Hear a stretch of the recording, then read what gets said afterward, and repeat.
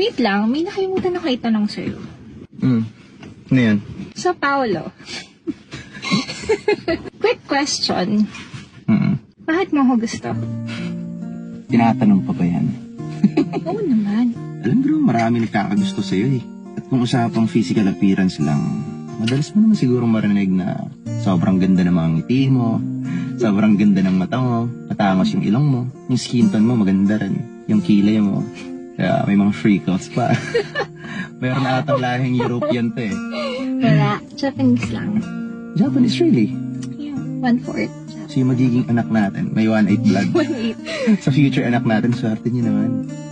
Matangos ilong niya. Combination ng ilong natin. So yun ang sagot ko kung pag-uusapan physical appearance mo. Doon naman tayo sa personality mo.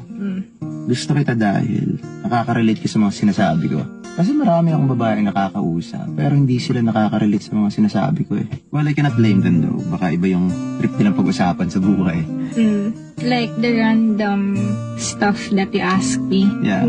Tapos, gusto ko rin yung may mga alam ka na hindi ko alam. Kasi hindi ko trip yung pag may kausap ako lang palagi yung nagsasalita.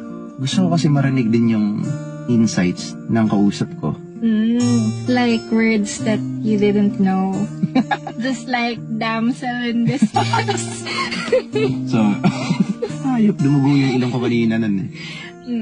Sa 25 years na existence ko sa mundo, first time ko marinig sa'yo yung kanina. Ewan ko, mahilig ako magbasa pero bookworm ka kasi. Ayoko kasi yung kapag nagsasalita ako nag-a-agree ka lang sa akin lagi.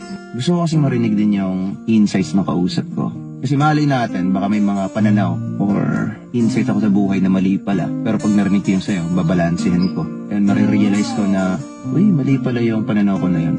Isang part din na gusto ko sa'yo is that, hindi ka needy. Kahit nakakalimutan kitang i-update. Like, okay lang sa'yo, hindi ka nag-overthink. Like, I let you do everything. Mismo.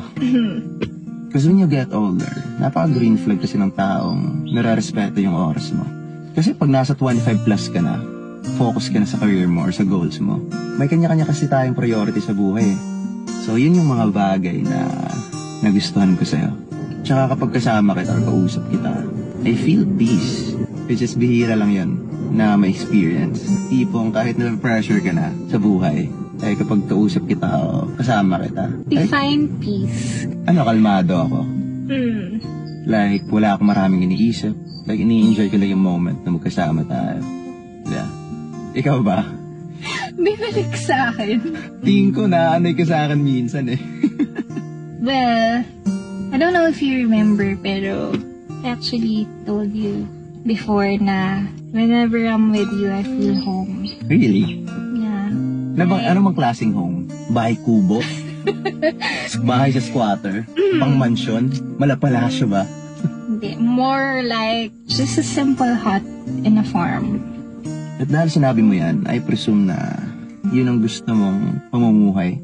Well, not really pamumuhay kasi laking Manila tayo. Ako lang pala. Pero, very given a choice, siguro, pag tumatanda ka na rin, gusto mo at peace ka eh. So, life is simpler sa province, maybe? Yeah, sariwa yung hangin. Walang air pollution, walang noise pollution.